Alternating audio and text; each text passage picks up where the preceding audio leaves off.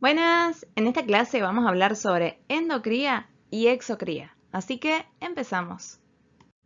Endocría y exocría son estrategias de apareamiento. Cada una se aplica de manera diferente, persiguen diferentes objetivos.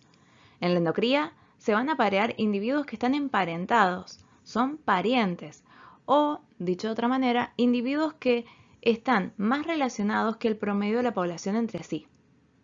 Mientras que en la exocría, los individuos que se aparean tienen un grado de parentesco mucho menor a la media poblacional a la cual pertenecen. Entonces, endocría y exocría son estrategias de apareamiento que se basan en el grado de parentesco que tengan los individuos. Por lo tanto, es importante identificar qué individuos serán parientes y cuáles no para determinar si se está realizando una endocría o una exocría. Como te decía recién, la endocría cruza individuos emparentados. Cuidado con los sinónimos. También se le puede llamar endogamia o consanguinidad. En este caso se aparean individuos que son parientes, así que tenemos que definir lo que consideramos parientes. Los parientes son dos o más individuos que por lo menos tienen un antepasado en común. Esto es fundamental. Tienes que identificar que los individuos tengan un antepasado en común. Entonces, ¿qué pasa? Al tener un antepasado en común, pueden recibir el mismo alelo, ya sea por el lado materno o por el lado paterno. Tienen la probabilidad de recibir el mismo alelo que proviene del antepasado en común. Acá tenemos una genealogía un poquito diferente tal vez a estas que son más comunes de ver. Directamente acá se indica, por ejemplo, este individuo podría ser este. Vamos a poner así. En vez de hacer la flechita e indicar los hijos, o sea, las líneas horizontales y después ir bajando de generación en generación, directamente se indica qué hijos dan. Fíjate que estos pueden ser, normalmente se ven así como flechitas.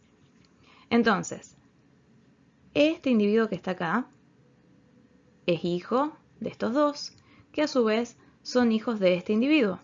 Entonces, este es el antepasado en común. ¿Qué pasa con este antepasado? Obviamente tiene genes y tendrá alelos. Por ejemplo, esos dos que grafiqué ahí. Tenemos estos dos alelos.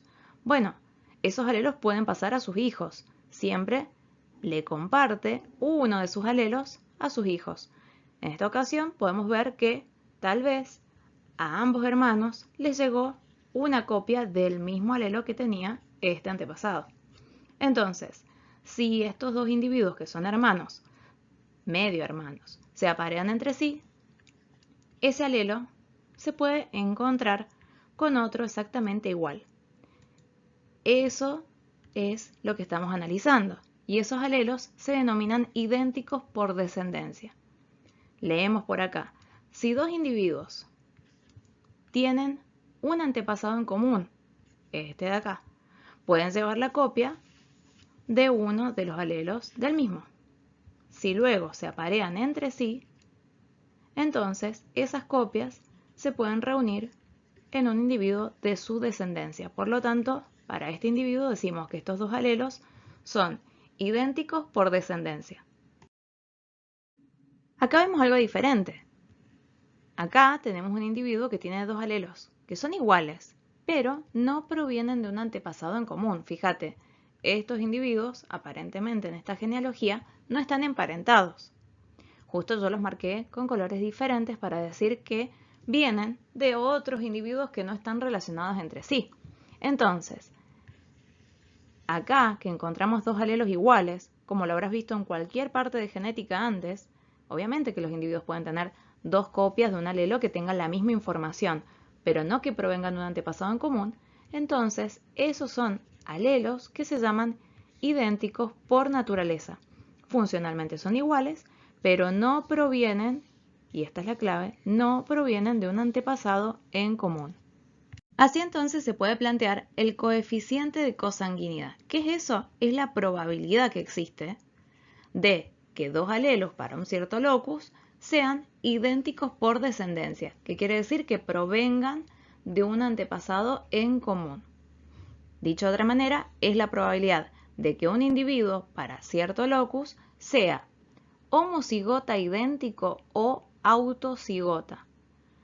Cuando, por ejemplo, este individuo lo vemos y decimos, tiene los dos alelos, que son idénticos por descendencia, a este individuo se le llama homocigota idéntico. Otra forma, autocigota. Hay que tener en cuenta la población base. La población base es a partir de la cual se empieza a contar la consanguinidad o el grado de parentesco. Entonces, obviamente que este individuo es hijo de otro y a su vez de otro, de otro, de otro, de otro. Bueno, a veces, cuando uno analiza el coeficiente de consanguinidad, tenemos información previa y otras veces no. Por eso se habla de esta población base y nos aclara que la población base será aquella a partir de la cual se empieza a contabilizar la consanguinidad y el grado de parentesco. Con esta fórmula podemos calcular el coeficiente de consanguinidad. Vamos a ir interpretándola. F de X es el coeficiente de consanguinidad del individuo X. ¿Qué es lo que pasa? En las genealogías normalmente no vamos a escribir los genotipos, sino que vamos a identificar los individuos con letras, de esta manera. Entonces, yo quiero calcular el coeficiente de consanguinidad del individuo X. N1 y N2 son las etapas o generaciones que separan a los padres de X. ¿Cuáles son los padres de X? B y C. Del ancestro en común. Así que tengo que identificar cuál es el antepasado en común. En este caso hay un único antepasado en común que es A. F de A, que aparece por acá, es el coeficiente de consanguinidad de ese antepasado. Si la tuviera, por ejemplo acá tal vez no tenemos datos y vamos a decir que F de A es igual a 0. Entonces, ahora nos enfocamos en encontrar los valores de N1 y de N2. Tengo que ver cuántas generaciones separan a B del antepasado en común. Una. Y a C también, o sea que N2 vale 1. Y ahora reemplazamos 1/2 elevado a la 1 más 1 más 1 por 1 más 0. O sea que va a quedar por 1. Lo que nos interesa, en definitiva, es esa expresión. 1/2 elevado a la 3. Lo voy a poner por acá. A la 3. Entonces, ¿qué hacemos? 1/2 por 1/2 por 1/2. 2 por 2, 4, por 2, 8. Entonces esto sería 1/8. Ese es el coeficiente de consanguinidad. Obviamente podemos realizar la cuenta, nos va a dar 0,12. Entonces, ese es el coeficiente de consanguinidad que tiene este individuo. Porque acá dice sumatoria. Eso es en el caso de que haya más de un antepasado en común. Acá solo hay uno. Así que lo resolvemos de esa manera. Veamos ahora cuáles son las consecuencias de la consanguinidad o cruzamientos entre parientes. ¿Qué es lo que va a ir pasando? Como se aparean entre parientes, va a ir aumentando poco a poco la homocigosis. Va a aumentar el número de individuos homocigotas. Paralelamente, va a ir disminuyendo el número de individuos heterocigotas. Entonces, a partir de esto se pueden observar distintos efectos, algo que se llama prepotencia. Vamos a ver qué efecto tiene la consanguinidad en la expresión de genes deleterios o letales. Y algo que se llama depresión endogámica. Como te decía, al cruzarse entre parientes, es mucho más probable que empiece a aumentar la proporción de individuos homocigotas en estas poblaciones que son endocriadas. Entonces, va a aumentar la frecuencia genotípica de los homocigotas en la población. Por lo tanto, habrá un cambio de las frecuencias genotípicas de esa población, pero cuidado, el cruzamiento es dentro de una población, así que las frecuencias alélicas en promedio no van a cambiar. Entonces, ya sabemos que la consanguinidad o endocría hace que aumenten los homocigotas en la población. Por ejemplo, va a haber más cantidad de homocigotas dominantes, voy a poner por ahí uno, otro por acá, y también va a haber más cantidad de homocigotas recesivos tal vez, antes que de heterocigotas. Entonces empiezan a aparecer muchos homocigotas. Por lo tanto, ¿qué efecto genera esto? Algo que se llama prepotencia. Fíjate, todos estos individuos, ¿cómo van a ser? Iguales. Fenotípicamente se empiezan a aparecer y eso es la prepotencia. Por lo tanto, cuando hay endogamia o endocría, hay menos heterocigotas. Entonces, los gametos van a ser todos similares. Fíjate, este individuo, ¿qué gametos produce? A grande. Y este también. Y este otro también. Este que produce A chiquita y este otro también. Entonces, al ser los gametos bastante similares, va a haber menos clases de cigotos diferentes y entonces los hijos van a tener menor variabilidad. ¿Qué pasa con los individuos prepotentes? La performance, su rendimiento, es parecido al de sus papás. Es decir, vemos esta uniformidad. Dicho de otra manera, son todos parecidos. Entonces, algo que va a pasar es que principalmente suelen aparecer alelos dominantes. Y si pensamos en la dominancia completa, cuando aparecen alelos dominantes ya no me importaba lo que había en el otro lado, todos van a ser bastante similares. Van a expresar el mismo fenotipo. Por lo tanto, vamos a decir que los hijos van a ser más parecidos a sus padres y a sus hermanos, siempre considerando esto de la dominancia completa. Pensá también qué otra cosa puede pasar al haber más individuos homocigotas en la población. Ahí se pueden empezar a expresar alelos recesivos que son deleterios. Supongamos que el gen A es un gen letal, pero se expresa cuando existe el homocigota recesivo. Y entonces, claro, si la consanguinidad hace que aumenten los homocigotas, bueno, podría pasar que se expresen más alelos recesivos letales o deleterios. Entonces, algo que hay que tener en claro es que la consanguinidad no crea a esos alelos. Los alelos ya existían. Lo que pasa es que al endocriar a los individuos o al hacer endocría con sanguinidad, ¿qué es lo que pasa? Aumenta el número de homocigotas, por lo tanto aumentan las probabilidades de que se expresen esos alelos recesivos. Justamente la consanguinidad que hace aumenta la homocigosis. Y por último tenemos la depresión endogámica, o sea que como consecuencia de la endogamia algo va a bajar. ¿Qué es lo que disminuye? El rendimiento, generalmente haciendo referencia a la productividad o a la capacidad reproductiva. Suele afectar a caracteres que están asociados con la eficacia biológica, por ejemplo, la viabilidad o la capacidad reproductiva. Esta depresión endogámica va a ser mayor cuanto más alto sea el grado de dominancia que haya en ese loci. Entonces, lo podemos asociar con caracteres que tengan baja heredabilidad. ¿Qué es lo que va a pasar? Son caracteres que, si hay endogamia, sufren esta depresión, pero justamente al revés, cuando se realizan cruzamientos, a esto nos estamos refiriendo como exocría, en ese caso van a mostrar un gran vigor híbrido. Ya vas a entender un poco mejor cuál es la relación con el vigor híbrido, pero ¿qué es lo que va a pasar? La productividad, o sea, eso que bajó, se va a recuperar cuando se haga un cruzamiento que no sea endogámico, es decir, cuando se haga una exocría. Justamente la depresión endogámica es lo opuesto a la heterosis o vigor híbrido, que es lo que vamos a ver ahora.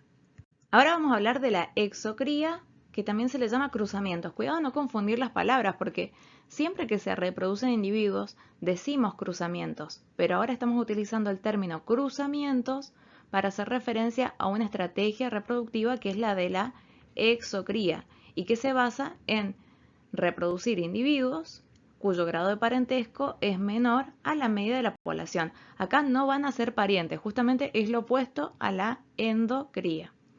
Acá generalmente se habla de cruzar razas o cruzar variedades o líneas. Justamente como es lo opuesto a la endocría, cuando se utilice exocría o cruzamientos, van a empezar a aumentar los individuos heterocigotas y eso obviamente va a tener consecuencias en la población. Va a empezar a aumentar la uniformidad de las F1 cuando sean híbridas. Va a aumentar la heterosis y vamos a ver que se expresa algo que se llama vigor híbrido. Ahora pasa siempre lo opuesto a lo que veíamos primero, entonces van a aumentar, vamos a poner por acá, los heterocigotas. Van a haber muchos individuos heterocigotas y va a haber menos proporción de homocigotas. ¿Qué pasa con esto? Las F1 híbridas van a ser más uniformes. ¿Te acordás lo que pasaba con un cruzamiento mendeliano? Teníamos un individuo puro, se cruzaba con otro individuo puro. Estas podrían ser dos líneas diferentes. Podríamos tener la línea 2, la línea 1. Justamente ahora se cruzan dos líneas distintas. Tal vez esas líneas fueron endocriadas. Y ahora cuando se crucen, la F1, ¿cómo va a ser? Híbrida. Y generalmente todos estos individuos, por ejemplo, si pensamos en la dominancia completa, ¿cómo van a ser todos esos heterocigotas? ¿Qué fenotipo van a tener? El mismo fenotipo. Por eso hablamos de que habrá más uniformidad. ¿Cuál es la utilidad? Aumenta el mérito individual o el rendimiento de los animales justamente por esta dominancia de genes favorables que generalmente afectan lo que se llama el tamaño, el vigor y la fertilidad de los individuos. Te mencioné que uno de los efectos era encontrar esto que se llama vigor híbrido. ¿Qué es el vigor híbrido? Es la superioridad que encontramos justamente en los individuos heterocigotas. Acordate, se van a estar cruzando líneas y se van a obtener híbridos. Esas líneas suelen ser puras y justamente hablamos de F1 híbridas. Entonces, ¿qué pasa? Estos híbridos son mejores que sus padres en rendimientos productivos. Hay dos casos diferentes que podemos separar dentro de lo que es vigor híbrido. Algo que se llama complementariedad y la heterosis. Complementariedad es cuando el promedio de los cruzamientos, yo tengo así, padres de una línea, padres de otra línea. Acuérdate que cuando hablamos de líneas son muchos individuos. Y acá obtenemos los híbridos. Bueno, el promedio de las cruzas no supera el rendimiento medio de uno de los padres. Esos padres pueden ser distintas razas, variedades, líneas. ¿Qué quiere decir? Tal vez estos individuos pesaban, vamos a poner cualquier peso, 100. Estos pesaban 120. Bueno, este va a ser mejor que uno de sus padres, pero no supera al otro, así que podría tener 110. Sería tal vez el promedio. Entonces decimos son complementarias. Al cruzarlas entre sí mejoro el rendimiento, pero no llego a superar a uno de los padres. Superó uno sí, al otro no. En cambio, en la heterosis, el promedio de las cruzas supera el rendimiento medio del padre más productivo. Entonces, nos imaginaríamos un cruzamiento donde, voy a poner los mismos numeritos de recién, tengo, este produce 100, este 120, bueno, este produce 150. Vemos que la F1 supera el rendimiento medio del padre que más produce.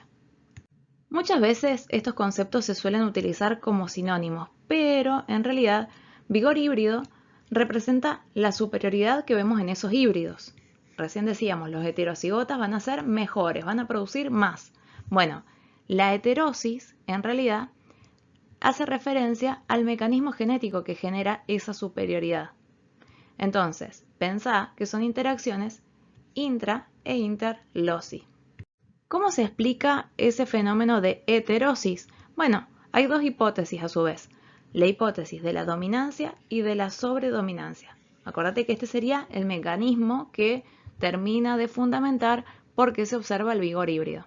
La hipótesis de la dominancia, ¿qué hace? Relaciona este vigor híbrido o esos efectos favorables que se observan en la heterosis con la dominancia, haciendo específicamente referencia a esa dominancia completa. Entonces, ¿qué pasa? Un híbrido que se formó, por ejemplo, entre dos razas, puede tener un montón de alelos dominantes en muchos loci y entonces ser superior a sus padres.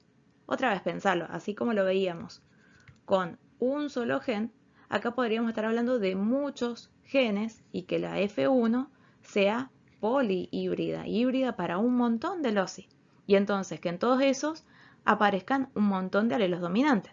Entonces ahí se podría justificar esta superioridad. La hipótesis de la sobredominancia, ¿qué quiere decir? Como que esa dominancia es superior, se le dice así, como que está exaltada o estimulada debido a el aumento de los heterocigotas. Entonces, tal vez puede pasar que haya loci donde los heterocigotas tienen mayor rendimiento. O sea, yo me podría imaginar fenotipos diferentes, es decir, el heterocigota es mejor y que esa diferencia va a ser proporcional a la cantidad de heterocigotas que haya en la población.